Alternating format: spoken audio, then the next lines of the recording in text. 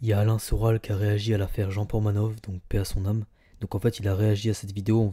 Donc on va regarder la vidéo. Après, on va réagir à ce que dit Soral et à ce que les gens en pensent, parce que du coup, ça a fait un petit buzz sur Twitter. Donc juste avant, abonnez-vous, likez, etc. Comme ça, je me mets bien.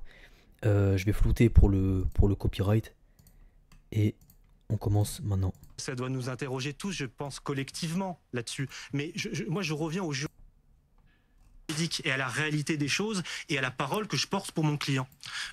Dans le consentement, bien sûr, le consentement n'implique pas nécessairement que le parquet dise que l'affaire est finie. Je suis d'accord avec vous. On connaît toutes ces affaires par rapport au consentement. La réalité, c'est que ces violences étaient à la fois, pas toutes, à la fois simulées.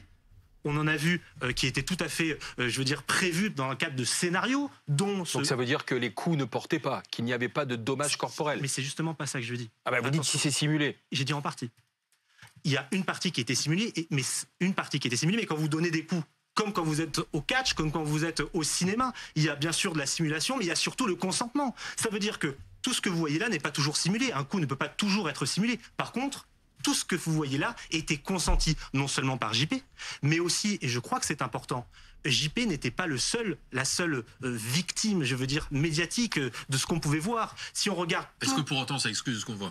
Mais vous voyez, Pas parce qu'il y en a plus. Non, mais c'est pas parce qu'il y en a plusieurs que. ça n'excuse pas du tout, mais vous vous placez sur le point de vue de la morale. Je suis d'accord avec vous. Moralement, ce qu'on voit est dérangeant. Moralement et politiquement, il va certainement, il y en a déjà, avoir des réactions. Moi, je suis avocat, je parle d'un point de vue juridique. Juridiquement, à ce stade, Safin est non seulement présumé innocent, mais aussi et surtout, dans le deuxième dossier concernant cette mort terrible, même pas pour l'instant, il n'est pas accusé. Donc voilà, donc c'est un peu scandaleux ce qu'il dit, parce qu'on voit bien que le mec il avait un certain âge, je sais pas exactement, il avait un handicap et ça lui mettait des tartes dans la tête. Ça, j'avais fait une vidéo précédemment, même ça insultait sa mère au téléphone. Il y a la mère, il dit arrête, dis-leur qu'ils arrêtent, et il lui met des tartes dans la tête et c'est un truc de malade. Tu te dis comment c'est possible psychologiquement de survivre émotionnellement quand t'infliges un tel supplice à quelqu'un. Pour survivre émotionnellement à ça, faut avoir un degré d'empathie qui s'approche du néant en fait. Et donc bref, Soral il a répondu avec le bon sens qu'on lui connaît. Il a mis et l'emprise, ça n'existe que pour les femmes, et avec un peu d'ironie. Et on peut lui donner raison. C'est vrai qu'il y avait une histoire d'emprise. Le mec il avait un handicap et ils ont utilisé cette faille psychologique et peut-être certaines fragilités pour pouvoir le, le, le massacrer quelque part. C'est un truc de malade. Euh, Ça a fait beaucoup réagir et il a fait plus de likes que le post de base, qui est assez rare sur Twitter. On appelle ça un ratio pour ceux qui suivent pas Twitter. Alors, Grog, peux-tu répondre? L'emprise psychologique n'est pas exclusif aux femmes. En droit français, elle désigne une domination mentale sur une personne vulnérable, sans distinction de genre, code pénal, blablabla. Dans le cas de Jean Pormanov, l'enquête explore une possible abus de faiblesse, donc c'est impossible abus de faiblesse. Mais l'autopsie pointe des causes médicales toxicologiques. Ah ouais, avec consentement affirmé par la victime sources variées confirment cette neutralité. Bien sûr, l'emprise n'existe que pour les femmes, la discrimination que contre les minorités et la haine que contre les juifs. L'emprise psychologique n'est pas exclusive. Bon, ok, il répète exactement la même truc. Tu veux encore ratio, ce média financé par l'entité américano-sioniste, tu es trop fort. Faut le savoir, c'est un E, voilà. Donc ça c'est le... Pour ceux qui suivent pas Soral et qui n'ont pas capté la ref, c'est une référence à ces tics de langage. Alors donc là c'est le message qu'on a vu. La monétisation de la torture consentie en streaming, cela fait partie de quel modèle de développement civilisationnel? Bientôt, grâce au développement et grâce de... Ah ouais non, là c'est hardcore. Tout se paye dans la vie, Dieu est grand, laissez faire les choses. Et frottez-vous les mains d'avance car la justice sera faite pour Jean Pormanov, paix à son âme.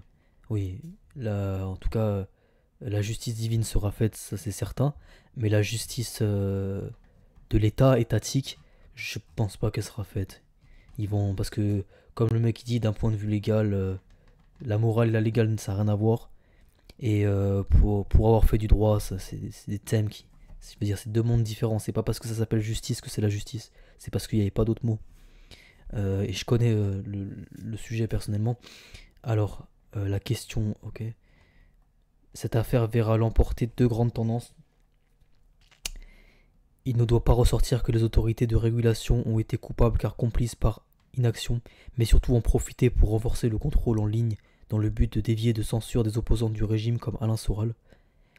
L'âpre de défense médiatique de cette plateforme à pompe à fric reposant sur la vente de services en direct me questionne sur les détenteurs de cette plateforme. Ouais, donc je suis d'accord avec Soral sur la question de l'emprise. Sachant que les mecs, j'avais vu dans une vidéo de Théo Maligny, que les mecs ils répétaient souvent à Jean Promanov, sans nous tu es rien, sans nous t'aurais pas d'amis vu que t'es un handicapé. C'est des trucs de fou. Donc il y avait une...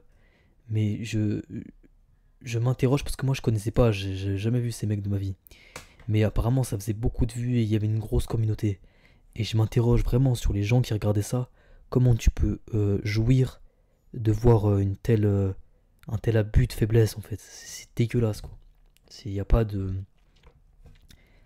En fait, il n'y a pas d'honneur. En fait, quelque part, c'est voir ça, c'est de voir tout ce qu'il y a de plus bas en nous, tout ce qui est le plus mauvais en nous en fait. Ça, personnellement, je peux pas regarder ça, ça me dégoûte.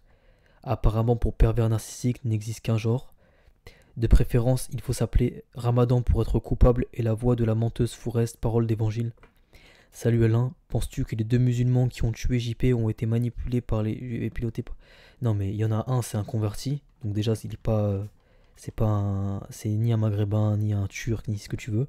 Et donc s'il est converti et qu'il fait ça, et qu'en plus il est sur internet, il a des ferme ta gueule, tout ça, tu te doutes bien qu'il est converti pour des codes sociaux d'un milieu social où il vient, ou parce que il sait que sur internet, les musulmans sont beaucoup plus généreux. C'est la communauté la plus généreuse, c'est pour ça que...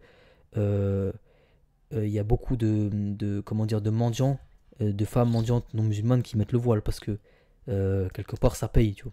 Donc il y a soit c'est une dimension marketing pour tout ce qui est placement de produits, soutien, etc. Soit c'est une dimension parce que c'est une fausse conversion. C'est une dimension pour appartenir à des codes sociaux d'un environnement précis. Mais c'est pas, je veux dire, si maintenant on essaye de nous faire croire que ces gens-là étaient des théologiens. Genre c'est vraiment de la mauvaise foi, ils avaient rien à voir avec la religion. Un qui l'est de base mais qu'on a rien à foutre, et un qui s'est converti pour les raisons que j'ai citées. Ça, c'est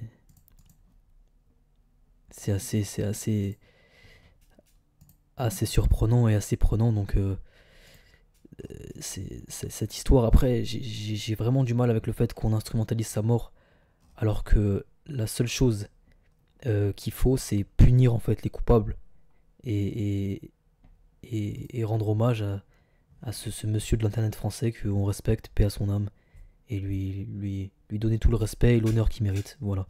Like, abonne-toi, ciao.